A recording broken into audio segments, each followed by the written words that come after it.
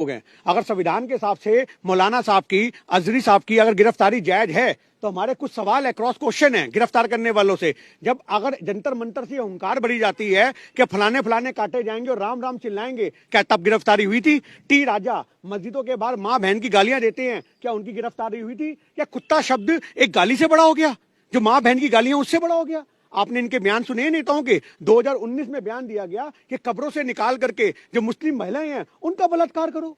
आप ये देखो कि संसद में बैठे संसदीय क्षेत्र के लोग, इतने बड़े संवैधानिक पद पे बैठे लोगों के ये बयान है, नेताओं के बयान है कि कब्रों से निकाल करके, मतलब तुम जिंदा को तो छोड़ नहीं रहे हो और मुर्दा के साथ भी बलात्कार करोगे। वाह रे वाह तुम्हारी महिमा सरकार। और यही सारे हमारे सबसे बड़े सवाल हैं कि आज की डेट में इन लोगों को गिरफ्तार क्यों नहीं किया गया? आप अजहरी साहब को गिरफ्तार अगर संविधान के सबसे जायज मानते हो तो हम संविधान का सम्मान करते हैं और हम कहते हैं, हम ये कहते हैं कि अगर उन्होंने ये कुत्ता शब्द बोला, कि उन्होंने बोला कि करबला का आखिरी मैदान अभी बाकी है, कुत्तों का वक्त है, हमारा दौर बाकी है। अब इसके अंदर उन्होंने ये जो अल्फाज बोले थे, ये बोले थे इजराइल और फिलिस्तीन में जो कलेश चल रहा है उस कलेश को लेकर के, और आपकी भारत से सरकार उनको गिरफ्तार कर लेती है, उन पे एफआईआर हो जाती है। तो हमारा कहने का मतलब सिंपल सा है कि अगर आपकी नजर में उनकी गिरफ्तारी जायज है तो उनकी गिरफ्तारी क्यों नहीं हुई? जो टी राजा जैसे लोग बयान देते हैं, जब संसद के अंदर भारत का, दिल्ली का एक इतना बड़ा सांसद बोलता है एक मुसलमान को कि आतंकवादी, ए भड़वे, ए कटवे, तब गिरफ्तारी नहीं होती,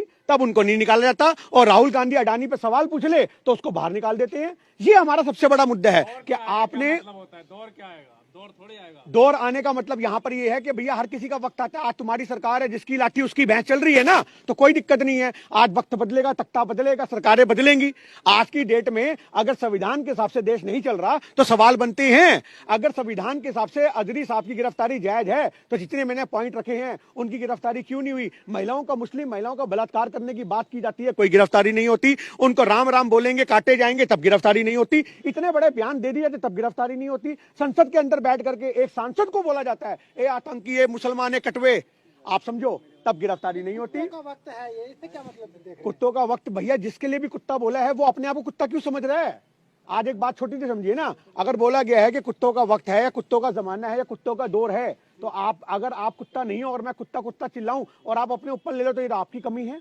ना तो उन्होंने किसी धर्म का नाम लिया, ना तो उन्होंने किसी बंदे का नाम लिया, आपने उसको सांप्रदायिकता से जोड़ा ना।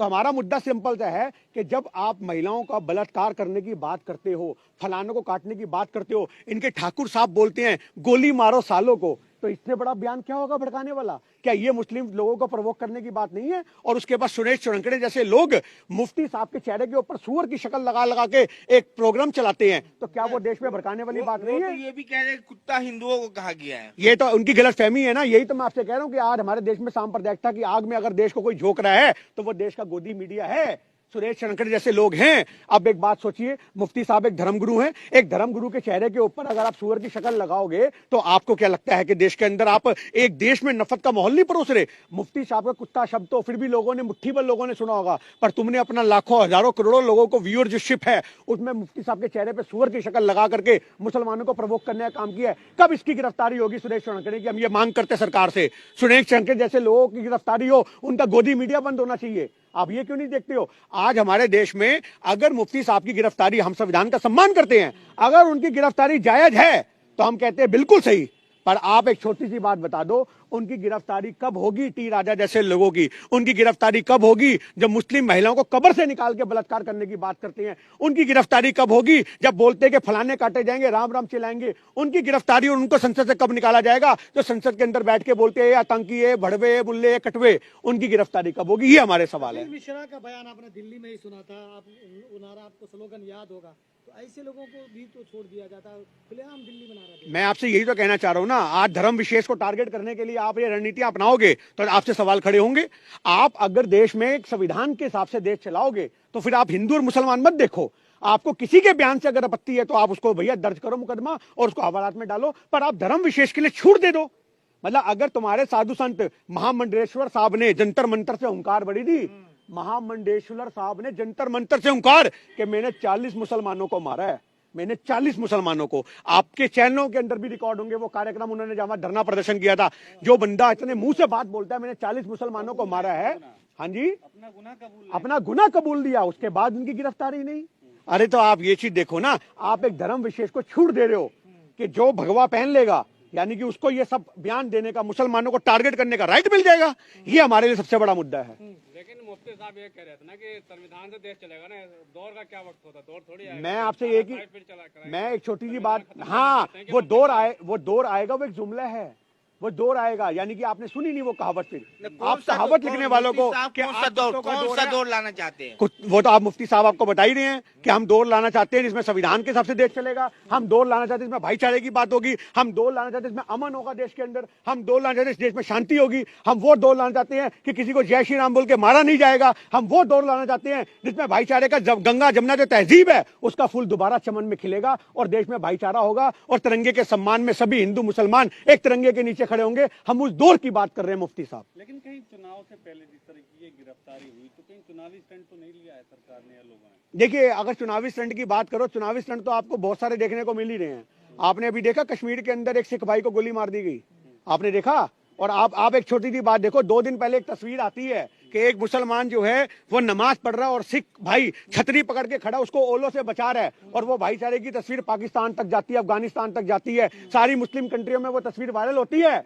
और शायद वो भाईचारा किसी को खला नहीं, और पाकिस्तान के आतंकी एक सिख भाई को मार करके ये पैगाम देते हैं कि जिनके सर पे तुम छतरी रख रहे थे उन्होंने तुम्हारा कत्ल कर दिया। आप ये चीज को देखो कि ये भाईचारे की आग को कौन खत्म करना चाह रहा है। आज आप कहते हो 370 हमने हटा दी, अरे अगर 370 हटा दी तो कैसे हमारे सिख अमृतपाल को मार दिया गया? अमृतसर के रहने वाले अमृतपाल को सरेआम गोली मार दी जाती है कश्मीर के अंदर। कहां है तुम्हारी 370 हटने का प्रावधान? तुम तो कहते हो लाल चौक पे अब कोई यहाँ तक भी नजर नहीं आता, तुम तो कहते हो हमने आतंकवाद की जड़ें पूड दी, तुम तो कहते हो हमने तो आतंकवाद की जड़ें पूड के आतंकवादियों को डरा दिया, आतंकवादी तो मोदी का नाम सुन के मुंह देते हैं। तुम तो ये कहते हो आतंकवादी मुंह नहीं, वो तो ठोक रहे हैं। अरे आपके बस की अगर सरकार चलानी नहीं है ना, आप हमारे लिए बॉर्डर खोल दो, हम अपने आप पाकिस्तानी फौज से निपट लेंगे, हम अपने आप आतंकवाद से निपट लेंगे। जैसे लोग जो भड़काएंगे एक कौम को तो लोग तो भड़केंगे ही। आज भड़केंगे तो गोलियां मारने वाली बात आतंकवाद की, तुम्हारी प्रावधान की जो हटाने की बातें दी उसकी सुरक्षा कहां है? सारी बात छोड़ो, अगर आप प्रवोक करने की बात करते हो, अगर गोली चला दी गई है तो आप उसको कैसे वो करोगे, कैसे सुरक्षा दोगे लोगों को? आप तो कहते थे कि देश को सुरक्षित हाथों में है, आप तो कहते थे 370 हटने पे आतंकवाद खत्म हो जाएगा, आप तो कहते थे कश्मीर के अंदर अब कोई दंगा नहीं है। अगर आप इतनी सारी बातें कहते थे तो फिर भी खुलेआम गोलियां क्यों चल रही हैं? और हमें समझ में नहीं आता, जब भी इलेक्शन की तारीखें डिक्लेयर होती हैं उससे पहले ही कश्मीर के पाकिस्तान के आतंकी हमारे देश में कैसे घुस जाते हैं। सबसे बड़ा सवाल आप देखो ना, वो आतंकवादी कहाँ का है? पाकिस्तान का, जिसने हमारे सिख भाई को मारा है। तो पाकिस्तान से वो यहाँ कैसे आया? उसे कौन पनाह दे रहा है? तुम्हारी धाराएं जो हैं हटने के बाद भी हमारे देश में शांति, अमन, चैन क्यों नहीं बन पा रहा? ये सवाल तो सरकार से पूछने बनते हैं ना। लेकिन जो देश विरोधी है उन पर टीराजर नकल कसने की बात तो कर रहे हो। देश विरोधी कौन है आपकी नजर में जनाब? कौन है आपकी नजर में देश विरोधी? जो जालीदार टोपी पहन लेगा मुसलमान है वो देश विरोधी हो जाएगा? आज भी अगर गोली मारी गई है तो वो पाकिस्तान का आतंकवादी है, भारत का मुसलमान नहीं है। आप आतंकवादियों को धर्म से मत जोड़ो। आपकी सबसे बड़ी कमी है पत्रकारों की कि आप क्या करते हो कि जो भी पाकिस्तान का आतंकवादी है उस पाकिस्तान के आतंकवादी को भारत के मुसलमानों से जोड़ करके दिखाते हो। आप मुझे बता दो, भारत में 30 करोड़ के आसपास आबादी है, एक आतंकी पूरे कश्मीर को ढिला देता है। अगर 30 करोड़ लोग आतंकी होते तो सोचो हिंदुस्तान का क्या हाल होता। जो भाईचारे से रहने वाले लोग हैं तुम उनको जबरदस्ती आतंकी का टैग लगाते हो। भारतीयों को कह रहे हैं जो भारत के दुश्मन रहते हैं। भारत के दुश्मन है तो आज सरकार क्या कर रही है? क्या कर रही है सरकार 10 साल से? जो भारत के दुश्मन है उनको क्यों नहीं गिरफ्तार किया गया? आप भारत के दुश्मन किनको कह रहे हो? मैं आपसे वही सवाल बार बार कर रहा हूं। जो मूछे मुंडा करके दाढ़ियां रखते हैं वो नजर में आपकी भारत के मुसलमान हैं, वो आपकी देश में के दंगाई हैं, वो आपकी देश में नफरत फैलाते हैं। 26 तारीख को किसी के घर पे तिरंगे नहीं लहरा रहे थे। एक मुसलमान भाई को हमने देखा था जो एक इमारत पे चढ़ रहा था मस्जिद की, और वो कम से कम ना करते 50 फुट ऊंची लोहे की ग्रिल पे चढ़ करके उसने वहां पे तिरंगा लहराया था। तो आज आप ये चीज देखो, जिनके खून के अंदर अगर भाईचारा है, जिनके खून के अंदर कुछ मुट्ठी भर लोग हर कौम में गलत होते हैं, पर वो मुट्ठी भर लोग पूरी कौम का चेहरा नहीं होते।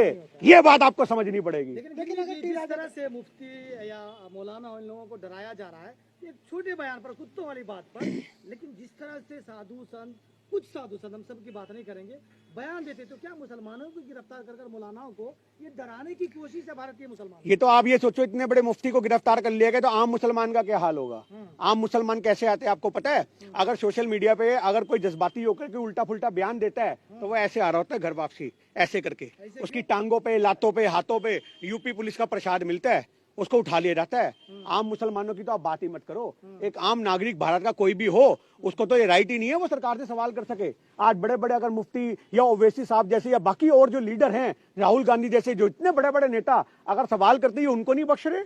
आप ये देखो राहुल गांधी साहब की आपने देखा क्या हालत करी। अभी एक छोड़ो बात को, असम के अंदर यार यात्रा कर रहा एक राष्ट्रीय नेता, इतना बड़ा नेता, उसकी बस रोकने के लिए वहां पे लोग आ जाते हैं। कैसे आ गए? आप सुरक्षा नहीं दे पाए? आप असम की सरकार से पूछो कि आप राहुल गांधी को सुरक्षा नहीं दे पाए। पर वो राहुल गांधी वहां से उतरता है एक शेर की तरह और वहां जाकर के अंधभक्तों की भीड़ में बोलता आओ मारो, आओ मारो। वो है राहुल गांधी, वो शेर है।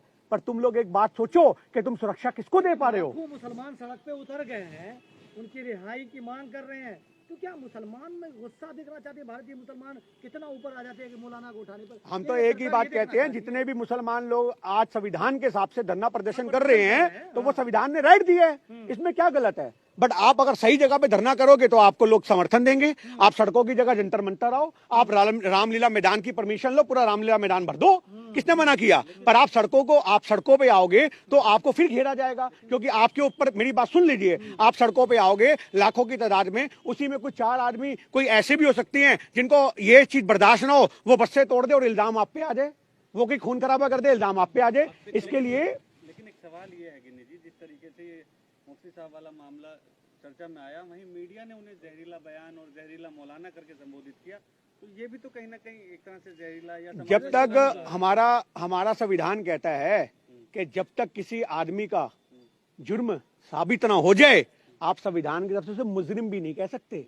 उसे मुजरिम कहना भी गलत होगा। और आपने तो मुफ्ती साहब की गिरफ्तारी पे ही, खाली एक FIR पे ही अपना आप कोर्ट का फैसला सुना दिया। अगर सारे फैसले थाने में होने हैं, सारे फैसले मीडिया में होने हैं, तो आप बंद कर दो फिर कोर्ट कचहरी को। अगर मीडिया में ही फैसले होंगे कि ये दोषी है, ये मुजरिम है, ये आतंकवादी है, ये जहरीला है, ये फलाना है, ये ढिमकाना है, अगर मीडिया ही नहीं इंसाफ करना है तो क्या